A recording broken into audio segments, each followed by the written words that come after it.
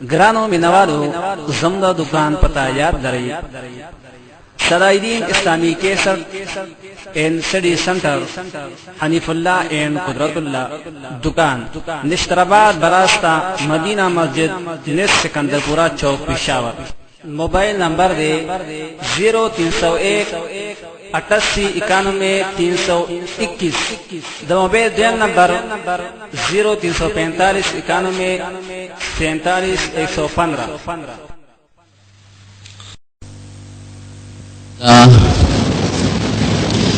الحمد لله نحمده ونستعينه ونستغفره ونؤمن به ونتوكل عليه ونعوذ بالله من شرور أنفسنا ومن سيئات أعمالنا من يهده الله فلا مضل له ومن يضلله فلا هادي له ونشهد أن لا إله إلا الله وحده لا شريك له ونشهد أن سيدنا وحبيبنا وشفيعنا وسندنا ورحمتنا ومولانا محمدا عبده ورسوله أما بعد فقد قال رسول الله صلى الله عليه وسلم تركت فيكم أمرين لن تضلوا ما تمسكتم بهما كتاب الله وسنتي أو كما قال نبی کریم صلی اللہ علیہ وسلم فرمائی وی دو سیزون میں پری خودل نزان نپس او ترسو پوری چی تاسو پا دا غدوارو سیزونو عمل کری وی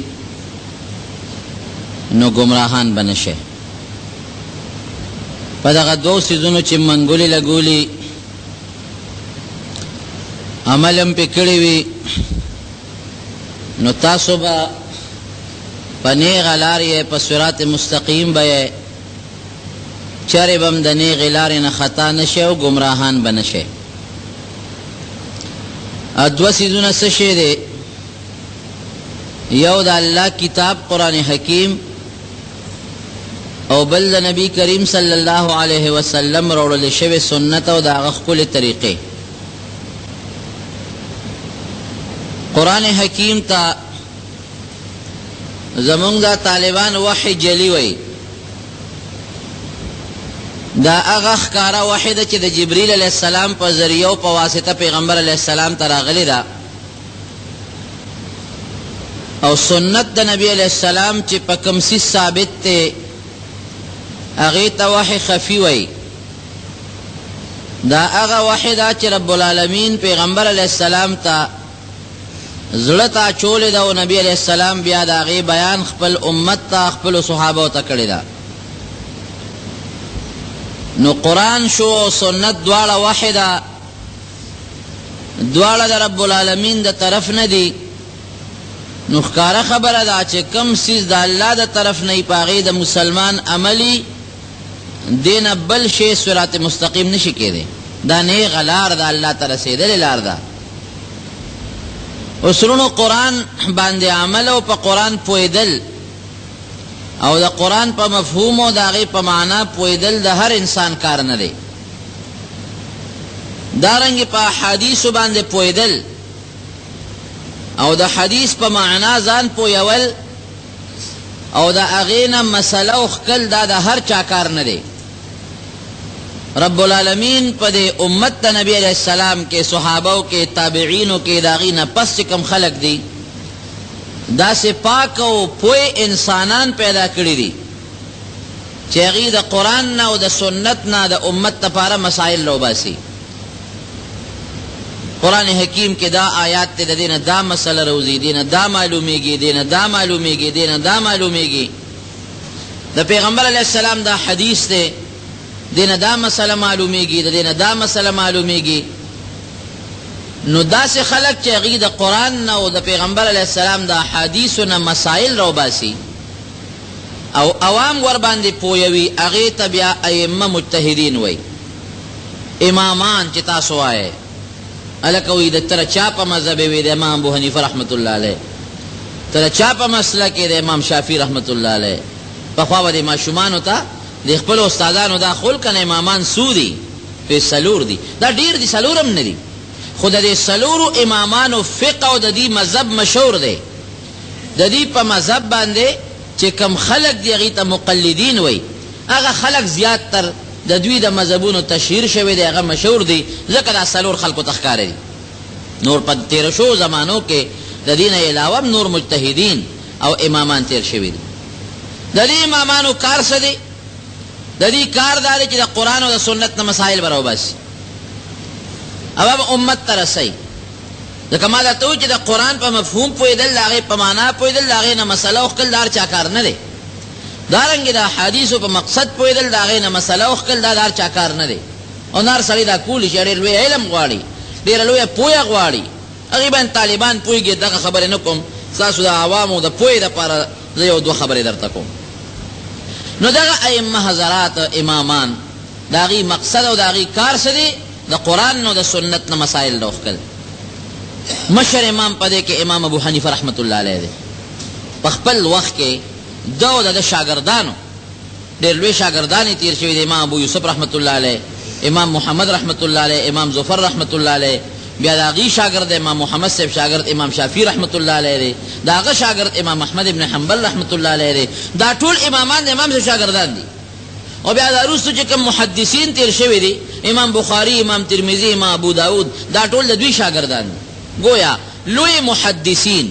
دا حدیث لوی امامان او د فقه لوی امامان، دا د امام ابو حنیفه رحمت الله علیه شاګردان دي.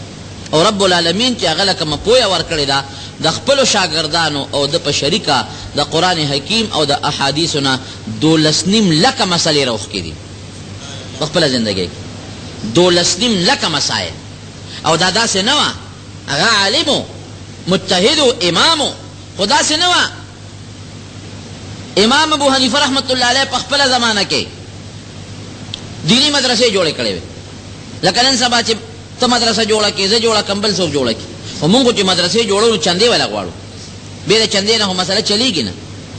امام ابو حنیفه رحمت الله علیه به د دې ټولو مدرسو انتظام په خپله کو. د هغې استادانو له تنخواګانې به په خپله ورکولې، د هغې طالبانو له خوراک او څښاک تر د جامو پورې ضروریات دا د امام ابو حنیفه رحمت الله علیه په ذمه و. تاریخ لیکي چې امام ابو حنیفه رحمت الله علیه په خپل دور کې 14 مدرسې وې، درسونه غټ غټ 14 غټې غټې مدرسې. دا بالذات هغه وې چې د هغې نګراني به امام ابو حنیفه رحمت الله علیه کوله. بیا د هغه د شاګردانو مدرسې د هغې شمېر نشته، د شاګردانو مدرسې د هغې شمېر نشته. اگر چې هغه مدرسې داسې نه وې لکه زمونږ او ستاسو د مدرسې چې دي، هغې کې به د احادیث او د فقه درسونه کېدل. او په دغه مدرسو کې چې څومره استادانو د هغې انتظام ټول د امام صاحب په ذمه و. چندې مندې سوالونه به یې وله نه کول. او که ته وایې دا دونه پیسې کم ځای وې، نو امام ابو حنیفه رحمت الله علیه زبردست تاجر و، ډېر لوی زبردست هغه تاجر و، تجارت به یې کو. او بیا د کپړې تاجر و، دا کپړه به یې اخېستله او هغه به یې خرڅوله، او د هغې ډېر لوی مارکیټ یې و، ډېر لوی انتظام یې. نو د کپړې تجارت به یې کو، د هغې سوداګري به یې کوله. او ایمانداري څونه وه. یو ځل یو کس له کپړه ورکړې وه په مزاربت ته. دا یو طریقې چې زه دله مثلا پیسې درکمه او تا ته ووایم چې ته په دې پیسو باندې کار کوه، او چې څومره ګټه وکړي نیمه ګټه ستا او نیمه زما ده. پیسې به زمئ او مزدوري او عمل به ستئ، او چې څومره ګټه یې به نیمه. دې ته مزاربت ویلی کېږي.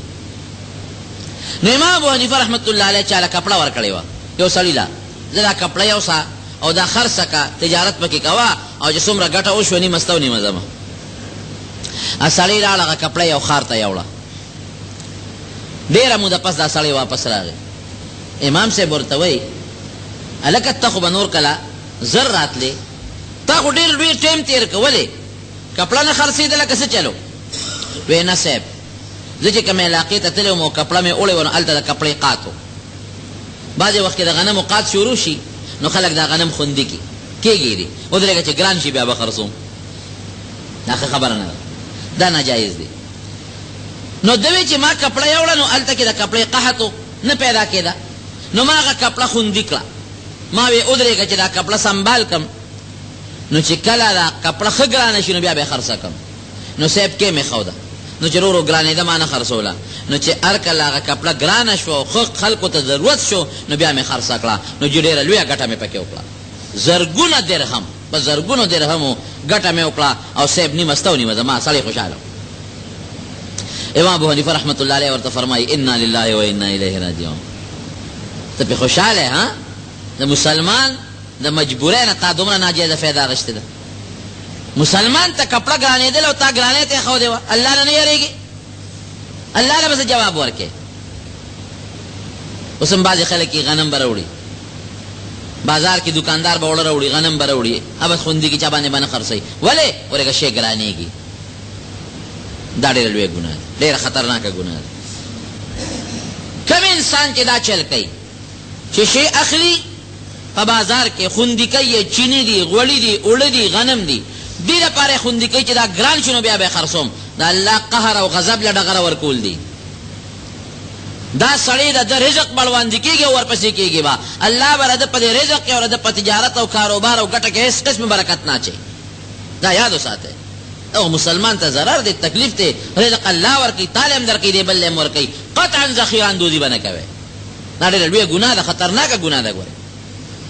هغه مال چې ته ګټې اب هم نه نه لاړ شي هغه خپله چې کوم د سر پیسه دی اب هم نه نه لاړ شي لپنګ به ناست دی بیا د الله په دنیا کې او الله سره صدا خو بیا جدا ده وی خطلا په دې خوشحاله چې ډېرې پیسې دې وګټلې خوشحاله خاندې ولې ځکه کپړه ګرانېدله او تا وی ګرانه به خرڅه کړم او ګرانه دې خرڅه کړه د مسلمان د مجبورۍ نه دې ناجیزه فایده اخیستې ده ډېره لویه ګناه دې ګټلې ده څومره ګټه ستا کېږي نیمه وی چې دومره زر درهم مې کېږي درهم نن سبا د 15-16 روپو برابر دی شرعي درهم دومره زره درهم مې کېږي زر یې کور ته لاړ او هغه یې راوویستې وی دا ستا نیمه ګټه خو در جیبه در کوم او ته به لاړ شې چې زما د کپړې اصل څونه پیسې وې اصل او چې څومره یې ګټه کړې ده دا به ټول هغې ښار ته یوسې او د هغې ښار په فقیرانو باندې به تقسیم کړي تا په ناجایزه طریقه دا پیسې ګټلې دي نو ګټه به اوس ګوره سړی سوچ کوي نو ګټه دې صرف تقسیم کړي نو د کپړې اصل مال خو د امام ابو حنیفه رحمت الله علیه ولې تقسیموي د ګټه تقسیم کړه که نه کومو خلکو نه چې دې ګټه کړې ده هغې دې واپس ورکړه نه نه نه هغه چې څومره دې ګټه کړې ده هم په هغه خلکو واپس تقسیم کا او چې زما د کپړې کوم اصل قیمت دی اصل قیمت هغه هم هغې ګټې سره اوس ګډوډ شوی دی هغه پیسې هغې سره ګډې وډې شوي دي پته یې پکې نه لګي نو اصل د کپړې چې کوم هغه لکونو روپو پیسې دي هغه مې اوس په غریبانو تقسیم کا او تا محنت مزدوري کړې ده د جیب نه ته خپلې نیمې پیسې واخله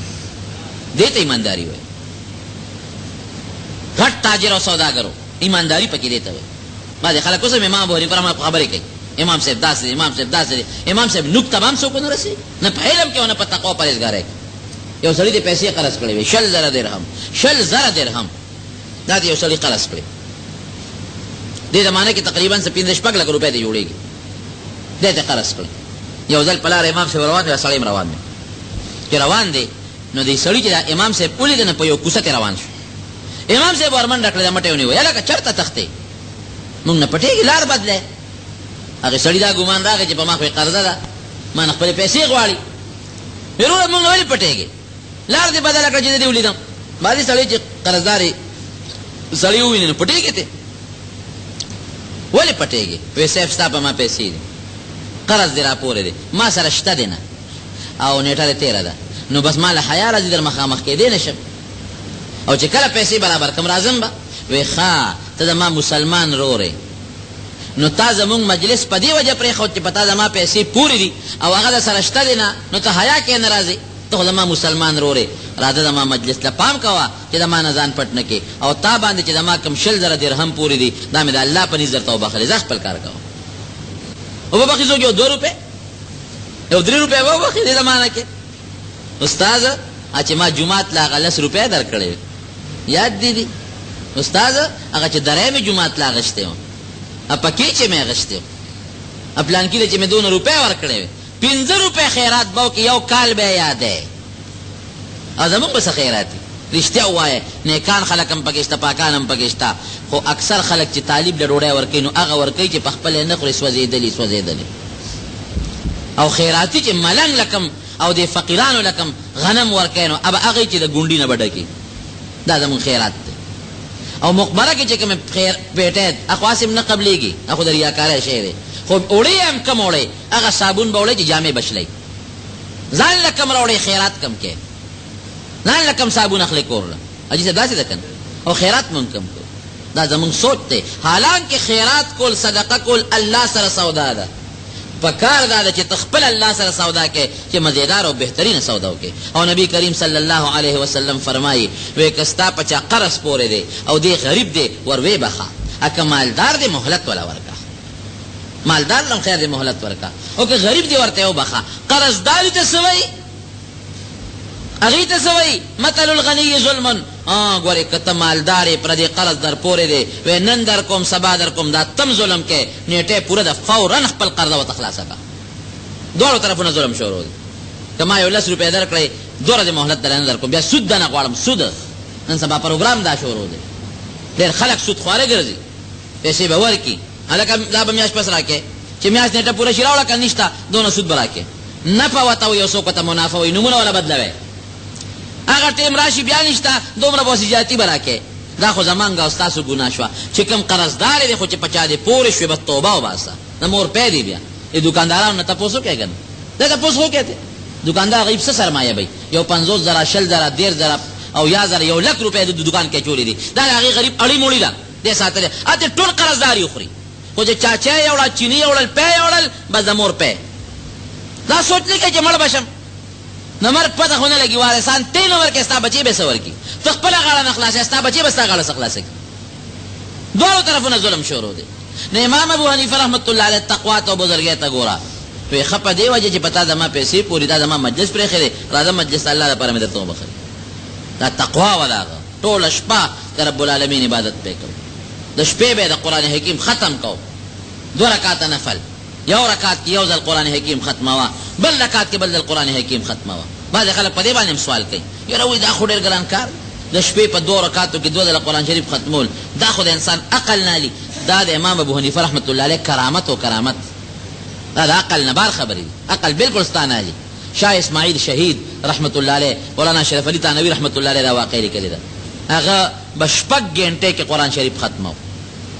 اول اخره پورې شپږ غنټه کې سیب د هندستان چې څومره علما او قاریانو هغه پر پاسېدل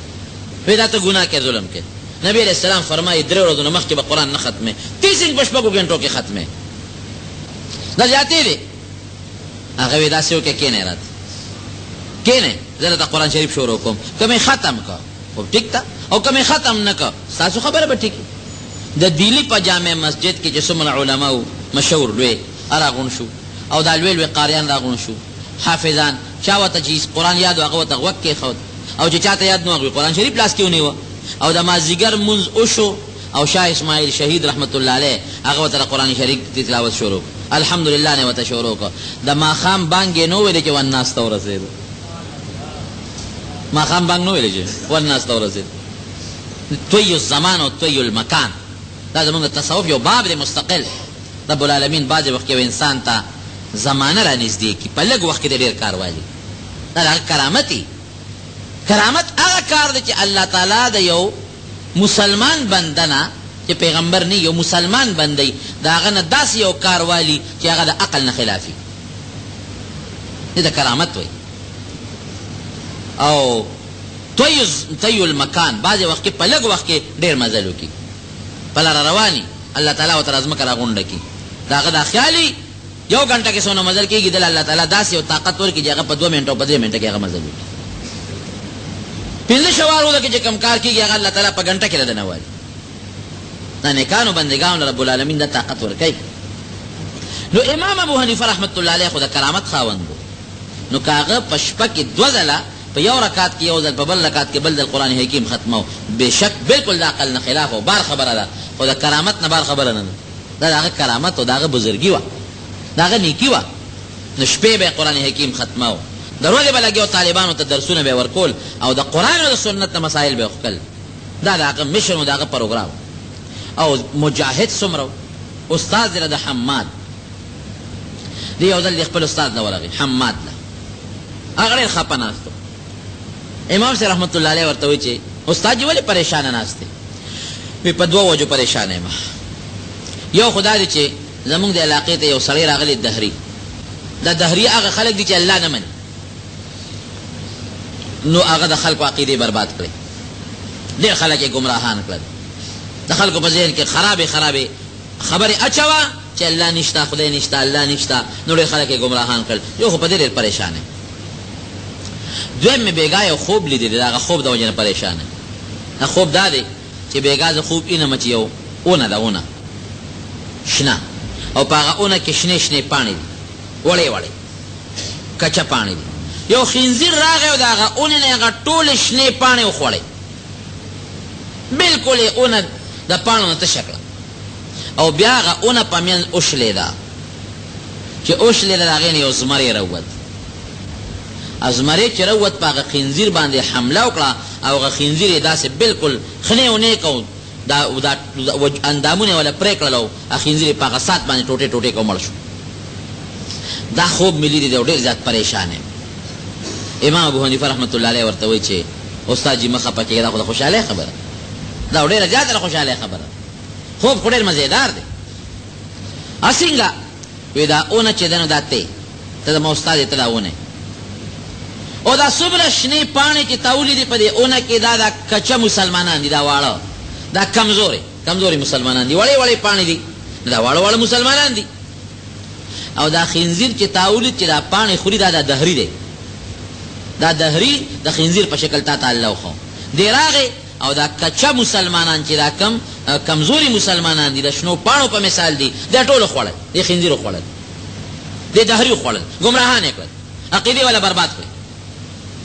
بیا دا اونه اوشلېده، نو زمری دې راووته، نو ته اونه ته اوشلېدې، زه دنه راووتم، زه ستا شاګرد یم که نه،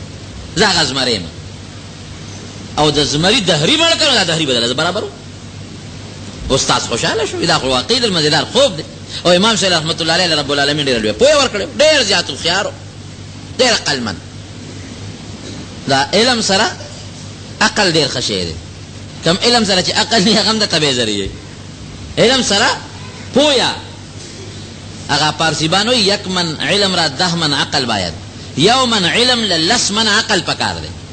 که لس من علم د سره عقل پکې نه هم مصیبت دی، پوهه ولا پکار ده، پوهه. نو امام ابو حنیفه رحمت الله علیه خو ډېر انتهایی پوه، خدای پاک هغه له یو سوچ او سمج او پوهه ورکړې وه. بس راووت میدان ته، اعلان یې وکړ، هغه دهري متعلق هغه له ورغې وی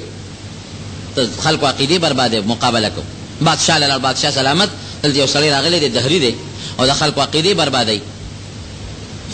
هغه وی دا خو مقابله به پکار دي، داسې خو دې نشم لرکولی، پیری ولا زه سره مناظره کوم، مقابله کوم، بحث کوم. ټیم یې مقرر کړ. چې ټیم یې مقرر کړ، د بادشاه دربار کې دنیا خلک را جمع شو. هغه سړی چې دهري دی او خدای نه مني، هغه هم دی، هغه ملګري هم ناست دي. امام صاحب رحمت الله علیه شاړ بیشاړ جامو کې دی هم ورغی. دهري ورته وایي چې ما سره به څوک مقابله کوي؟ امام صاحب ورته وایي زه به در سره کوم. لرې شه وایي ته خو را کوټه غوندې مولی، ته ما سره مقابله کولی شي؟ ورشه چې ته لوی استاد دی راوله، ته ما سره مقابله نه شي کولی. امام صاحب ورته وایي زه که را کوټې مولی یم او کار صاحب خو زه سره مقابله کوم، اوس به دې پته ولګي چې ته په حق یې او که زه په حق یې. هغه دهري هوښیار و، هغه یو بل نه به سوالونه کوو، زه به ستا نه سوال کوم، ما له به د هغې جواب راکړې،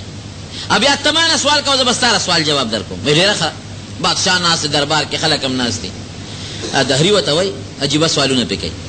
وی لومبی سوال مې دا دی چې تاسو وایئ چې د الله نه مخکې څوک شته، نو به ترې وروسته څوک شته، اول هم دی او اخر هم دی. د رب العالمین نه مخکې څه نو، بس الله، او د الله نه وروسته هم څه نشته، بس الله دی. نه ترې مخکې څه شته، ازلي دی، نه ترې وروسته څه شته، ابدي دی. موږ به ټول مړه شو، هلاک به شو، الله به موږ نور رب العالمین موجود. د دې یو مثال به داسې ما ته خارج کې داسې ما ته یو مثال به وښایي چې داسې یو شی وي چې د هغه نه د مخکې یو شی وي نه وروسته وي. ځکه ما داسې یو شی وښایه، اوس که دا لوډ سپیکر دی نه مخکې یو ځای شته، که دا کوټه ده دی نه مخکې د چا کور دی، د هغه نه مخکې د بل چا کور دی، د هغه نه مخکې د بل چا کور دی، د دې جومات نه وروسته لار ده، هغې نه وروسته د بل چا کور دی. نو داسې شی خو دنیا کې نشته دی چې د هغې نه مخکې یو شی وي نو د وروسته یو شی وي. د دې مثال وښایه. امام صاحب ورته وایي دا انسو د عدد دا شمېر درځي؟ وایي وایه. هغه وی 1 2 3 4 5 6 7 8. وی دا تپوس د نه کوم چې د یو نه مخکې څه شی دی، د ایک نه مخکې یو نه مخکې څه شی دی هغه وی د یو نه مخکې اوس نشته شروع خو د یو نه کېږي په عدد کې په شمېر کې د ایک نه مخکې بل څه شی نشته پینسو کې وی ښه ده وایه 4 5 6 اوه 8 سل زر کروڑ ارب کرب زه ورپسې شابه لږ یو لږ ساعت پس نو بس چپ شو وی شابه وایه وی نور خو ماله نه راځي وایه ورپسې اخیری به ځان رسې داسې حد ته به رسېږې شابه وایه چپکېږي به نه وی بس دا ما چې څونه انسي وي دې نه پس خو ما سره نور انسي نشته وی دا تمام مثال وخو چې د عدد کم شمیر دی د ایک نه مخکې د یو نه مخکې څه نشته او چې ته څومره شمیر خلاص کې نور ورپسې ځه اخر کې یو داسې حد ته به ورسېږي د هغې نه پس به بل انسم نه وی ښه دویم سوال دا درته کوم چې ته وی الله ارض موجود دی د دې یو مثال دله راکړه پی راغوښتل پی یو لوی جام نو امام صاحب دې دهري ته وایي وی دا تپوس ته نه کوم چې په دې پیو کې غوړي شته که نشته وی او بالکل غوړي پکې ولې پیچو شاربې ماسته ته جوړ کې او وی شاربې نو شملې اخوا شي کوچ بل خوا چې کوچې غوړي دي دې پیو کې غوړي شته وی او وی دا غوړي کم ځای دي په دې پیو کې قاشوغه راواله دا غوړي ته مال راو بس دا په دې پیو کې دا غوړي په کم ځای کې موجود دي وی دا په دې ټولو پیو کې موجود دي نه نه وی یو خاص ځای کې وی خاص ځای کې نه دي دا پیو وی که دا ډرم د پیو ډېر اوږد شي او ډېر پلن شي بیا په ټولو پیو کې دا غوړي پراته دي خواره پراته دي نو ته څنګه وایې چې ته داسې ما ته د الله متعلق یو مثال وښایه چې الله ارض موجود دی ځکه یو مثال ما ته وښایه دا دې مثال شو که نه دا غوړي په دې پیو کې که پی 10 ډرمه شي که لوی حوض شي که د دریاب عمره شي هر یو جز کې دا غوړي خواره پراته دي وی ښه دا درېیم تپوس ته نه کوم چې ته وایې چې الله هر چا ته ګوري د دې یو مخارج کې ما ته ښکاره یو مثال وښایه چې ما ته پته ولګي امام صاحب ورته وویل شمع راوړی شمع شمع یې پرې راوړه بله یې کړه نو چې بله یې کړه نو امام صاحب ورته وایي د دې شمع مخ کم طرف ته دی دهري وایي کم طرف ته چې هغه ناست و وی دې طرف ته وی ته هلته کښېنه اوس یې مخ کم طرف ته دی وی اخوا وی هلته شاته کښېنه وی اوس یې مخ کم طرف ته دی وی دې خوا وی دې بل طرف ته کښېنه چې کښېنه اوس یې مخ کم طرف ته دی دې بل ته او چې کم سړی بری ابه څه وایي چې مخ یې کم ته دی پورته وی دې مثال شو که بجلی نه باطی نه چې کم خلک په کم طرف ته تودي سپومې هر سړی وي دا سپومې ما ته ګوري داسې ده که نه چې په کم طرف روان یې هر سړی وي دا سپومې ما سره په چکر روانه ده دی مثال شو هغه دهري ورته وایي چې ښه یو بل تپوس ته نه کوم وایي دې وخت کې ستا خدای څه کار کوي دا راته وایي چې دې وخت کې ستا خدای څه کار کوي امام صاحب ورته وایي ګوره 3 تپوسه تا وکړل اوس ته راکوشه چې بیا 3 تپوسه زه وکړم هغې نه پس به بیا ته بل تپوس کوې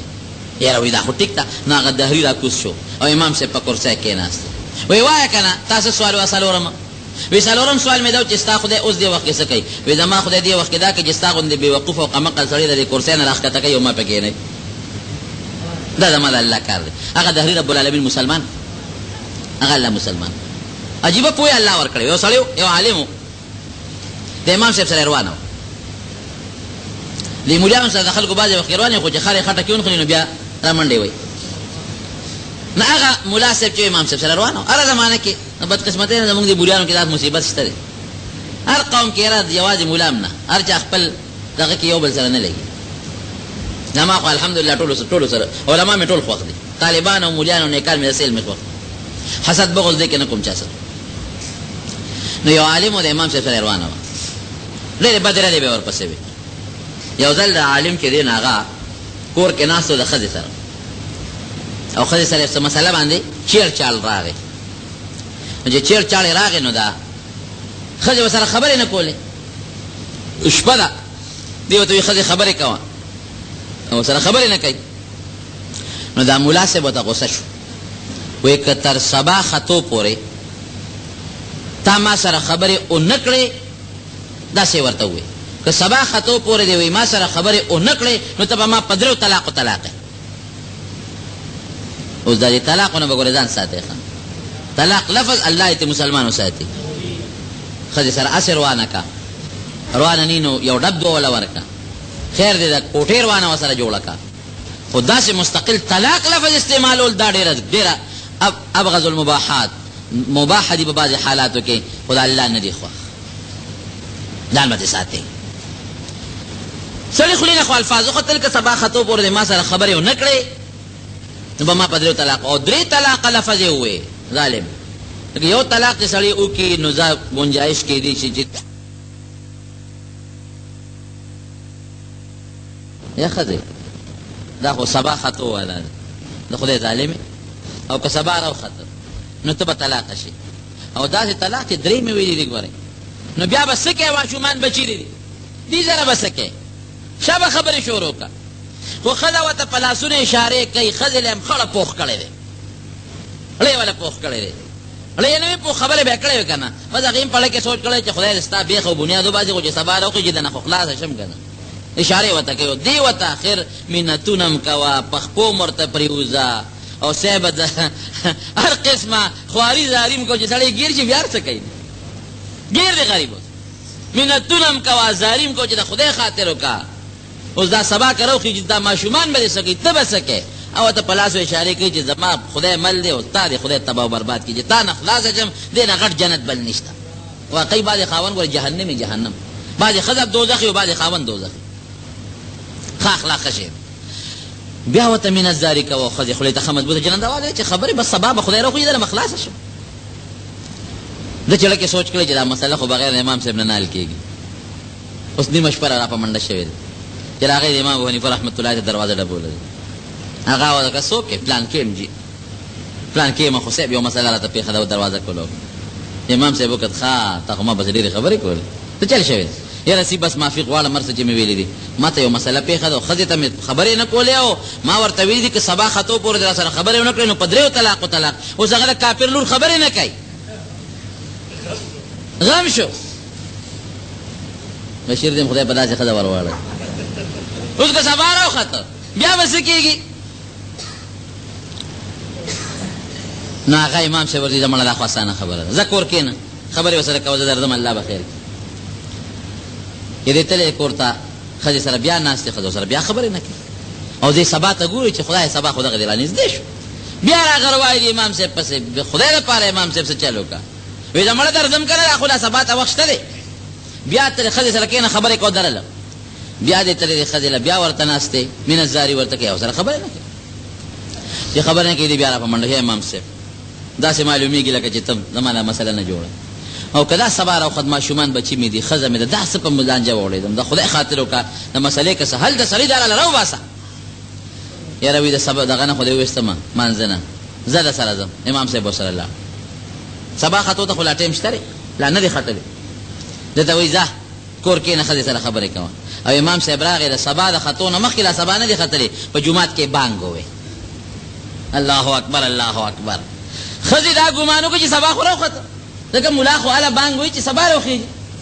نو بس سړي ته وایي حقه د ملا بانګ وی سبا راوخته تا نه زه خدای خلاصه کړم زه ستا د په دې طرف په مخه او زما په دې طرف په مخه امام صاحب ول اواز ورکوي سبا لا نه دی ختلی سبا نه مخکې دې خبرې وکړئ بانګ یې ورته سبا نه مخکې ووایي سبا نه دی ختلی سبا نه مخکې دې خبرې وکړئ طلاق ختم طلاق نه کېږي دا د هغه هوښیارتوب ښه خبره مو شوه د دوو مسلمانانو منځ کې ښځه خو ناپوهه ده قمقله ده بعضې ناپوهې ښځې پیدا یې خاوندانو سره چیړ او چاړه خوا دې خوا نه هغه مسله چې جوړه شي ښه خبره ده ولې د ښځې د خاوند وانه شوه د دوو کورنو په منځ کې دشمني جوړه شوه اختلافات جوړ شو الله یې د دې نه مسلمانان محفوظ وساتي دا د هغه هوښیارتوب و د هغه پوهې و د هغه عقل و زیرکتیا الله ورکړې وه پوهې الله ورکړې وه او لوی لوی شاګردان دي د امام ابو حنیفه رحمت الله علیه امام محمد رحمت الله علیه چې کله وفات شو نو چا په خوب کې ولید وی الله سره څه وکړل وی الله وبخله وی ما ته رب العالمین وفرمایل چې ای امام محمده په دنیا کې مې ستا په سینه کې د خپل کتاب علم اچولی ستا سینه مې د خپل کتاب نه او د خپل پیغمبر د کتاب د علم نه ډکه کړې او کومه سینه چې د خپل کتاب او د خپل پیغمبر د کتاب د علم نه ډکه کړم هغه سینه د جهنم د اور نه ډکو دا ما وبخله بیا مې تپوس وکړو چې امام ابو یوسف رحمت الله علیه څه شو وی هغه زما نه بره مرتبه کې ناست وی بیا مې تپوس وکړو چې امام ابو حنیفه رحمت الله علیه څه شو امام ابو یوسف څه شو بره مرتبه کې دی دا استاد د امام ابو یوسف استاد امام صاحب وبی امام ابو حنیفه رحمت الله علیه کوم دی وی دا هغه خو تپوس مه کوه هغه خو په ډېرو لویو اوچتو مرتبو کې پورته ناست دی نو دې امامانو حضراتو د قرآن نه او د احادیثو نه مسایل لوستي حضرت معاذ رضی الله عنه دا خو علمي بحث دی، خو طالبانو خبره درته نه کوم، دی ډېر زیات دلایل دي، خو طالبانو په جبه کې په هغې تاسو نه پوهېږئ. خو حضرت معاذ رضی الله عنه نبی علیہ السلام یمن ته لېږه. نو پیغمبر علیہ السلام ورته فرمایي وی تا خو یمن ته لېږم، فیصله به پسې کې وی د الله په کتاب، او که د الله په کتاب کې د یو مسله ونه مونته بیا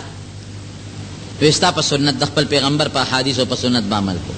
او که زما په احادیثو کې د یو مسله ونه مونته نو بیا به څه کې وی اجتهد برأیي، په خپل سوچ او په خپل رأی او په خپل فکر به د قرآن او د سنت نه مسله راوباسم، قرآن نه به راوباسم او احادیثو نه به راوباسم. نو پیغمبر علیہ السلام په د الله تعریف وکړه، الحمدلله الذي وفق رسول رسوله لما يرضى به رسوله.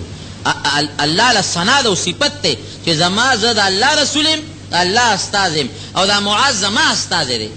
نو چې دا زما استاذ له الله د هغې خبرې توفیق ورکړه چې په کوم زه خوشحالېږم او زما الله پې خوشحالېږي. په قرآن او سنت هر سړی څه پوهېږي. یو ځل قرآن حکیم کې یو آیت نازل شو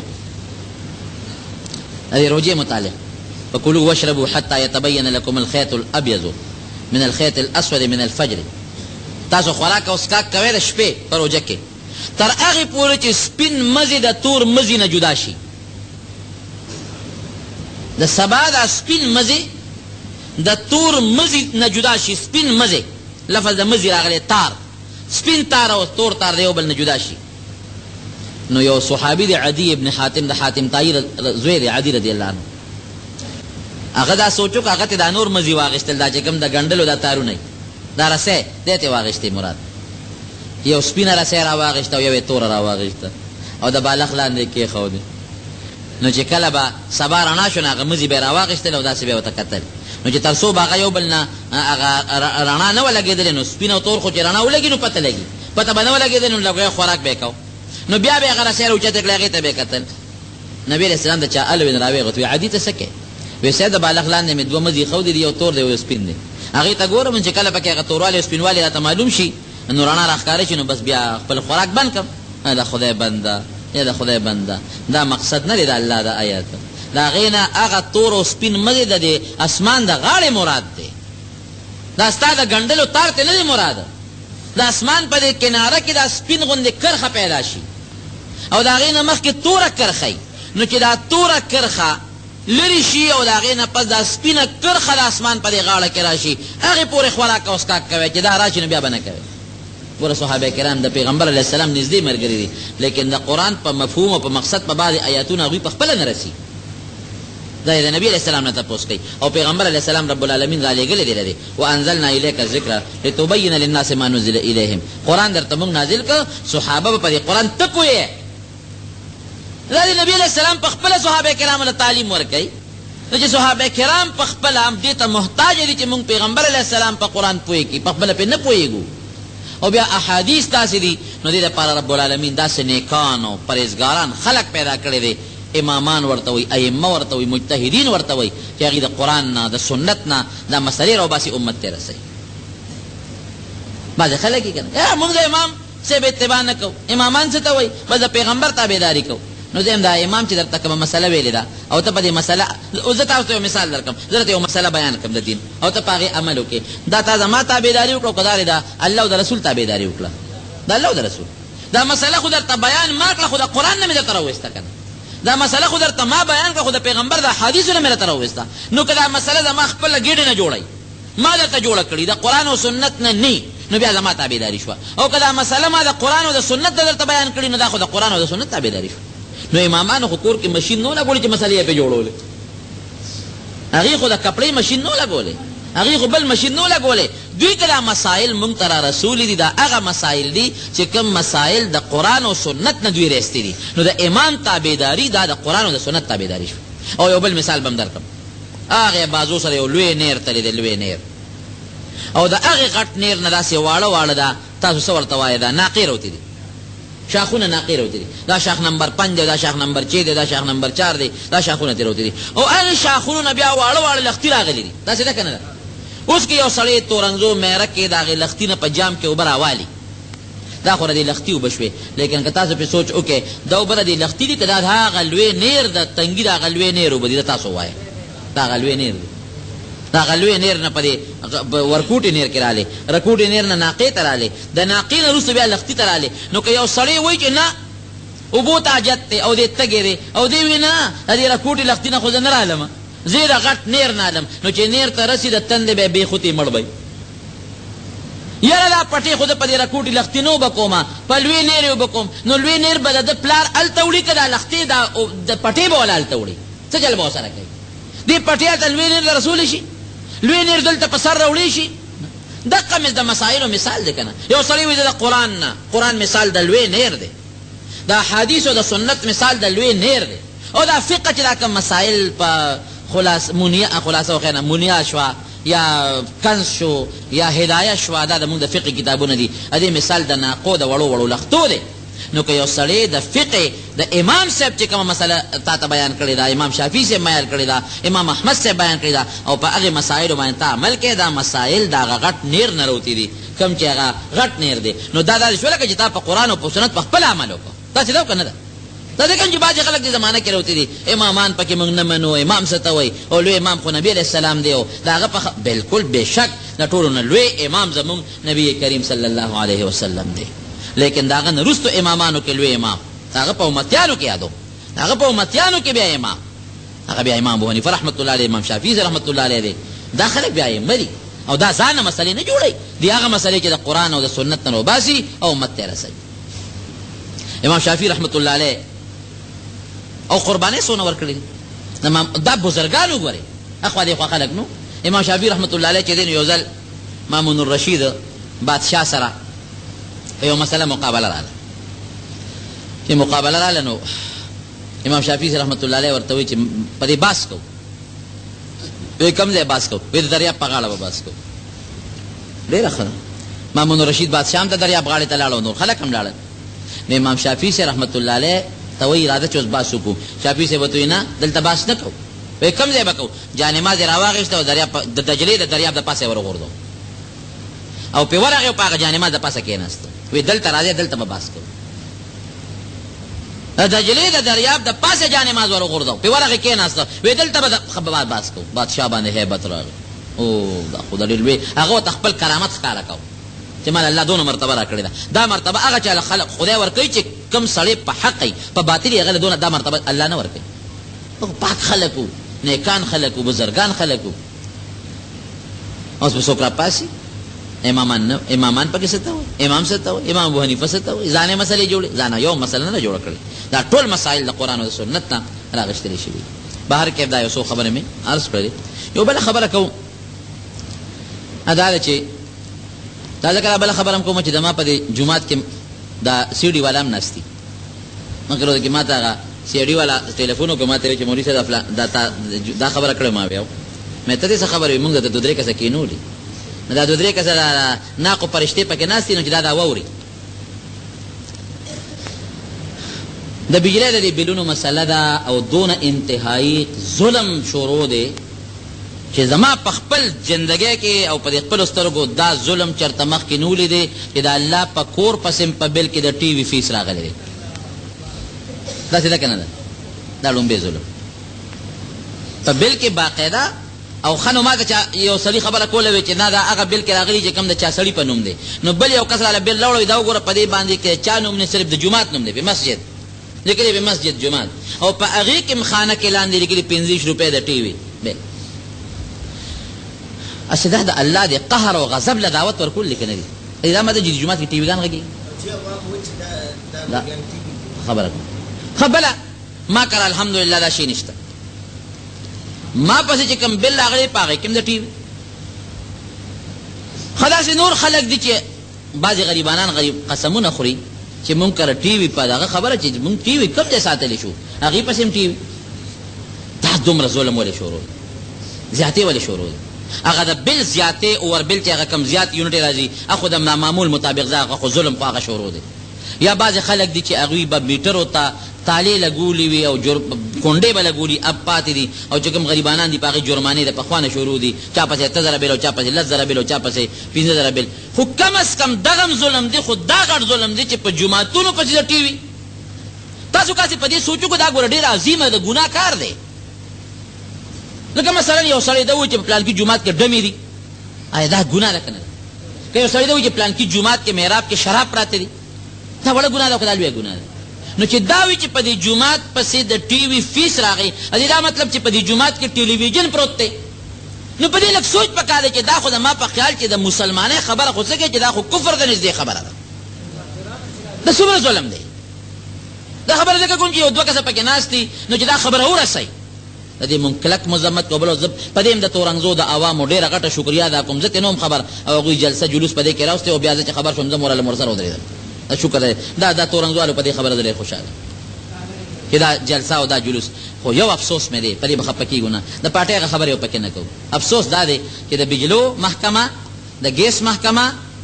او دارنګې دا څه ورته ویل کېږي د ټلیفون محکمه، دا زموږ د صوبایي حکومت سره تعلق نه لري. دیکھئے مولا هم ګورې نه بدلامې، د مولا د حکومت کار دا نه دی، دا د مرکز سره تعلق لري. دا د صوبایي حکومت نه دی وزیر ته، نه د صوبایي حکومت محکمه ده، دا د مرکزي حکومت سره تعلق لري، دا اسلام آباد سره تعلق لري. بجلی، ټلیفون شو، ډاګ وغیره شو، دا مواصلات شو، دا څه ورته ویل کېږي دا ګیس وغیره مرکز سره تعلق لري. خو افسوس دا کوم افسوس چې مرکزي د بجلی وزیر خو زموږ د علاقې دی او مسلمان رور دی زموږ، مسلمان رور دی زموږ، نو هغه په دې خبره تر ننه پورې خاموش ولې دی؟ پکار دا وه چې د دې کلک مذمت کړی وی، پکار دا وه چې د دې په اخبار کې یا په ریډیو باندې یا په ټي وي د دې هغه کلک مخالفت کړی وی چې دا ډېر غلط شوې ده او آینده له به داسې نه کېږي او دا نه وي پکار، دا ختمول پکار دي. لیکن زه اخبار ګورم تر ننه پورې د هغه په دې قسمه هېڅ قسمه بیان نه دی راغلی، که راغلی دی؟ نه دی راغلی. د یو شي وزیر یم پکار ده چې د هغې زه محکمه ما سره ده، هغې کې چې کوم ناروا ښه کېږي خو به ما ته راجع کېږي، که روا کوم د روا به هم زه کوم، که ناروا کوم ناروا به هم زه کوم. نو دا خو د محکمه ده. و په دې محکمه کې هغه نور ظلم به په ځای پرېږدو چې هغه بل زیات راځي یا جرمانې راځي، هم ښه خبره نه ده. ولې یو سړی په کار ده چې 100 یونټه خرچه وکړي چې 100 روپو بل راځي، زیات ولې راځي؟ یو سړی بجلی اغلا نه کوي، هغه جرمانه ولې لګي؟ زه دغه به هم بل طرف ته کو، لیکن دا جوماتونو پسې او هغې خلکو پسې چې کوم خلکو سره ټي ویګان نشته، راشئ تلاشۍ واخلئ. په کار دا وه چې په دې باندې د دغه منسټر صاحب وزیر صاحب مذمتي بیان راغلی وی چې دی خپله جامه به یې بچ کړې وه، بیان به راغلی و چې بالکل دا غلط کار شوی دی، آینده له به داسې نه کېږي. یا د معافۍ اعلان به یې کړی و، 10 پیسې یونټ یې ما ته معاف کړه، 100 یونټه بجلي زه خرچ کوم، 10 پیسې یونټ چې ما ته معاف شو نو 10 روپۍ ما ته فایده شوه. 100 یونټه یو اصل یونټه چې درمیانه کوري 100 یونټه خرچه کوي، نو 100 یونټه خرچه کې ما ته 10 روپۍ فایده ورسېده، یونټ کم شو 10 پیسې، نو هلته 10 روپۍ فایده ورسوله، 15 روپۍ په ټیکس ولګو د ټي وي. هغه جایز مونږ له ښه وه، دا پیسې به کوم غواړي، دا 15 روپۍ چې غونډېږي دا به هغه ناجایز او حرام ولځي.